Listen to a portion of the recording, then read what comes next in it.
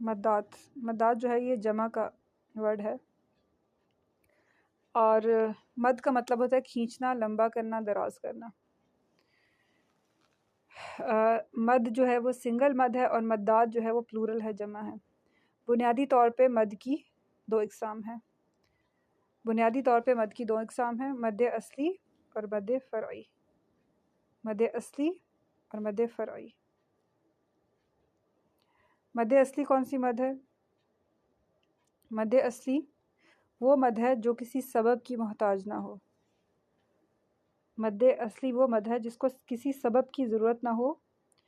مد اصلی کی مقدار کیا ہے؟ مد اصلی کی مقدار ہے 2 counts. وہ مد جو اپنی اصلی مقدار کے مطابق کھینچی جاتی ہے، مطلب نیچرل مقدار کے مطابق جو کھینچی جاتی ہے، وہ مد اصلی کہلاتی ہے. اور کھینچنے کی جو اصلی مقدار ہے وہ ہے 2 counts یا 2 حرکتیں. ٹھیک ہے، تو پہلی طرح کی جو مد ہے وہ ہے مد اصلی.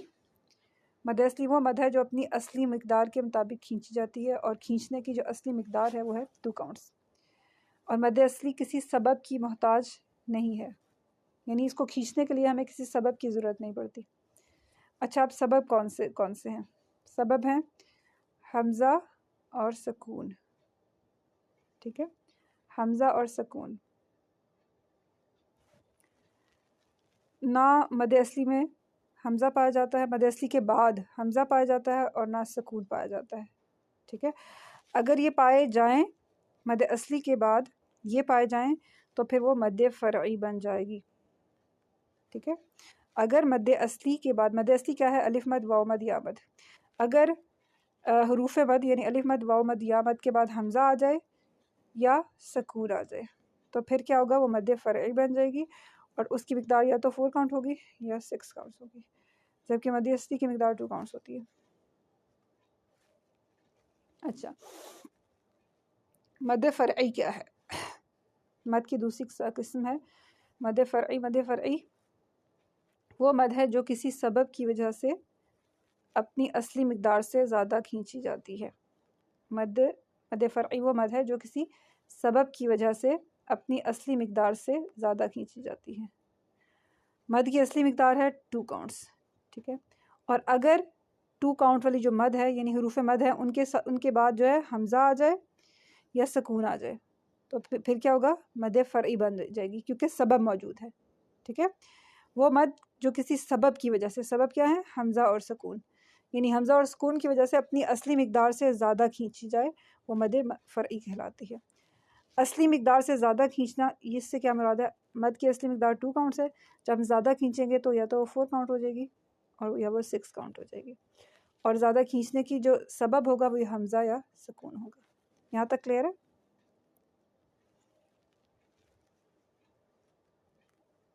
آواز آ رہی ہے؟ آواز آ رہی ہے میری؟ جی آ رہی ہے. اچھا اچھا، جی میم آ رہی. مد فرعی کے 2 اسباب ہیں. یہاں اوپر ہم نے پڑھا نا کہ وہ مد جو کسی سبب کی وجہ سے، تو سبب کون سے مد فرعی کے؟ اس کے 2 اسباب ہیں، حمزہ اور سکون. اچھا، اب ہم وہ مدات دیکھیں گے جو حمزہ کی وجہ سے ہوتی ہیں اور جو سکون کی وجہ سے ہوتی ہیں. تو سب سے پہلے دیکھتے ہیں، اگر ہمارا جو سبب ہے وہ حمزہ ہو تو پھر مد فرعی کی کتنی اقسام ہوگی؟ اگر ہماری مد کا، ہمارے کھینچنے کی جو وجہ ہے وہ حمزہ ہے، ٹھیک ہے، تو مد فرعی کی 2 اقسام ہیں. اگر سبب مد حمزہ ہے تو مد فرعی کی 2 اقسام ہیں، مد متصل واجب، مد منفصل جائز. مد متصل واجب اور مد منفصل جائز. مد متصل واجب کیا ہے؟ مد متصل واجب جو ہے، مد کا مطلب کھینچنا، متصل کا مطلب کنیکٹڈ. اس کا سبب جو ہے حروف مد اور سبب آپس میں متصل ہوں گے یعنی کنیکٹڈ ہوں گے. واجب کا مطلب ہے اس کو لازمی طور پر ہم نے اس کی مقدار کے مطابق کھینچنا ہے. ٹھیک ہے، یعنی مد متصل واجب کی بھی 4 counts ہیں، مد منفصل جائز کی بھی 4 counts ہیں. تو ہم نے مد متصل واجب کو، واجب لازمی ہے کہ ہم اس کو 4 counts کھینچیں، 4 counts سے کم ہم اس کو نہیں دے سکتے. اچھا، اس کی شرائط کیا ہیں؟ کلمہ ایک ہو، ٹھیک ہے. مد متصل واجب میں کلمہ ایک ہوگا. مد متصل واجب میں کلمہ ایک ہوگا جبکہ مد منفصل جائز میں کلمے دو ہوں گے. تو مد متصل واجب کی پہلی شرط ہے کہ کلمہ ایک ہو. سیکنڈ شرط ہے کہ کلمے میں حروف مد یا کھڑی حرکات میں سے کوئی حرف یا حرکت موجود ہو.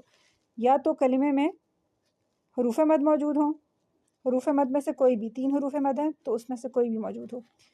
یا پھر حروف مد موجود نہیں ہے تو کھڑی حرکات موجود ہوں، کھڑی زبر، کھڑی زیر، الٹی پیش، ان تینوں میں سے کوئی بھی ایک چیز موجود ہو. یعنی ٹوٹل 6 چیزیں ہو گئی. 6 چیزوں میں سے کوئی بھی ایک چیز موجود ہو.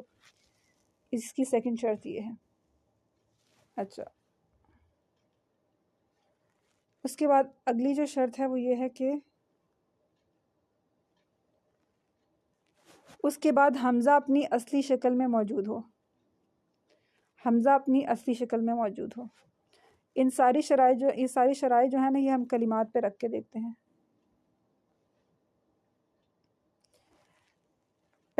پہلی شرط کیا ہے؟ پہلی شرط ہے کہ کلمہ ایک ہو. تو یہ کلمہ ایک ہے. ٹھیک ہے. جا ایک کلمہ ہے.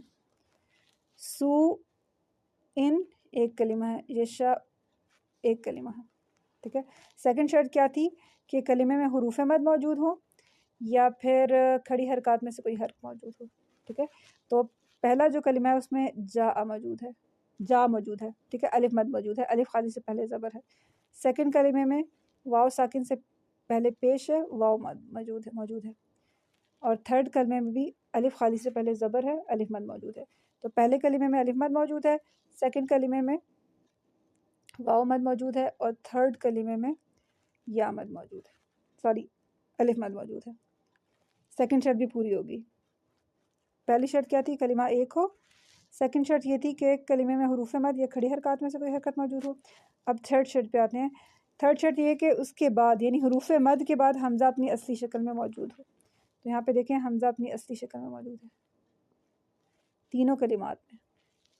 ٹھیک ہے. اور حروف مد اور حمزہ کے درمیان کوئی فاصلہ نہیں ہونا چاہیے. یہ آپس میں کنیکٹڈ اور متصل ہونی چاہیے. اسی وجہ سے اس کو مد متصل واجب کہتے ہیں. اس کی مقدار ہے 4 کاؤنٹس. مد متصل واجب کو ہم 4 کاؤنٹس دیں گے. جیسے جاء، سوء، یشاء. یہ مد کلیئر ہے؟ جی. اچھا، دوسری مد دیکھ لیتے ہیں. مد منفصل جائز. مد منفصل جائز، اس میں کلمے 2 ہوں گے.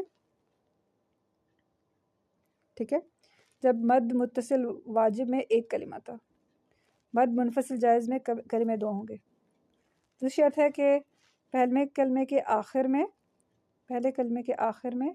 حروف مد یا کھڑی حرکات میں سے کوئی حرکت موجود ہو. کلمے 2 ہوں گے نا، پہلا کلمہ اور دوسرا کلمہ. تو یہاں پہ کہہ رہے ہیں کہ پہلے کلمے کے آخر میں کیا موجود ہے؟ حروف مد موجود ہوگا یا کھڑی حرکات میں سے کوئی حرکت موجود ہوگی.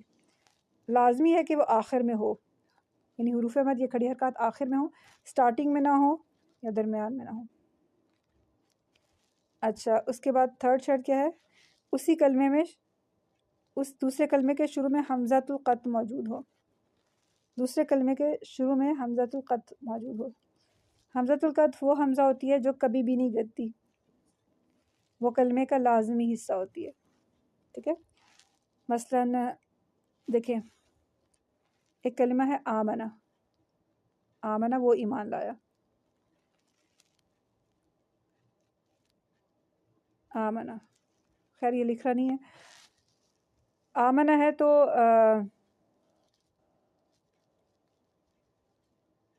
ٹھیک ہے. تو یہاں پہ جو حمزہ ہے یہ حمزۃ القطع ہے. ٹھیک ہے. یہ لازمی حمزہ ہے اور اس میں کلمے کا حصہ ہے. اگر ہم اس کو ہٹا دیں گے، مثلاً اس کو میں ہٹا دیتی ہوں، تو یہ کیا بن جائے گا؟ منع. تو آپ نہیں جج کر سکیں گے کہ یہ کیا بات کی جا رہی ہے. جب یہاں پہ آمنہ ہوگا تو آپ کو پتہ چل جائے گا یہاں پہ ایمان کی بات ہو رہی ہے. تو اس لیے جو شروع میں کلمہ ہے یہ حمزۃ القطع ہے.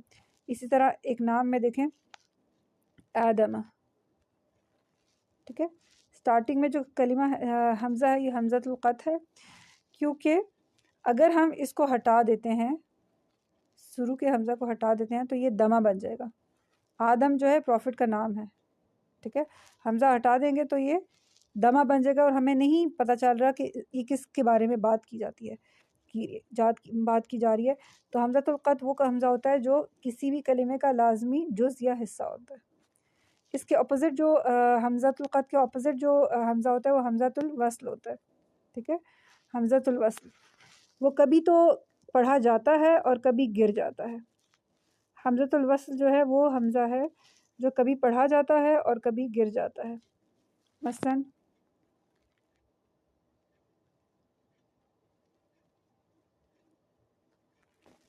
بسم اللہ. اب دیکھیں یہاں پہ یہ جو حمزہ ہے نا، لفظ جلالہ سے پہلے یہ والا حمزہ، یہ پڑھا نہیں جا رہا، ہم میم کو ڈائریکٹلی لام سے ملا رہے ہیں. بسم اللہ، بسم اللہ. تو یہ جو لفظ جلالہ میں حمزہ ہے یہ حمزۃ الوصل ہے، ٹھیک ہے.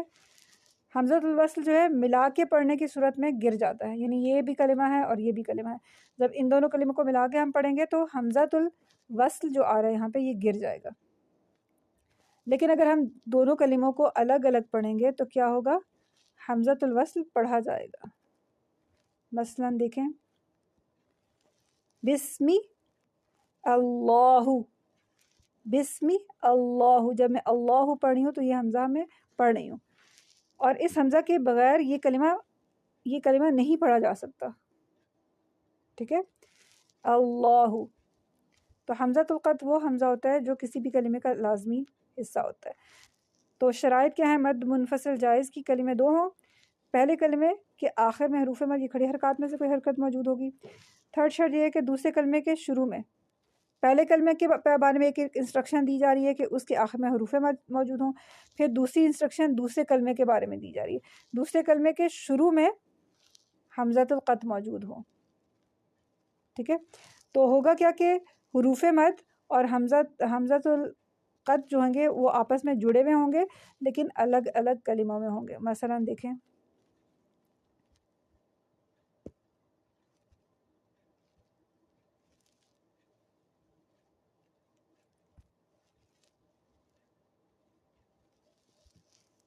ما اصابہ، ما اصابہ، یہ کلمے دو ہیں، ٹھیک ہے. مد منفصل جائز کے شرائط کے مطابق یہ کلمے دو ہیں. پہلا کلمہ ہے ما، دوسرا کلمہ ہے اصابہ. پھر سیکنڈ شرط یہ تھی کہ پہلے کلمے کے آخر میں حروف مد، یہ کھڑی حرکات میں سے کوئی حرکت موجود ہو. تو ہم دیکھ رہے ہیں کہ پہلا کلمہ جو ہے ما ہے اس میں الف مد موجود ہے، الف خالی سے پہلے زبر ہے. تیسری شرط کیا ہے کہ دوسرے کلمے کے شروع میں حمزۃ القطع موجود ہو.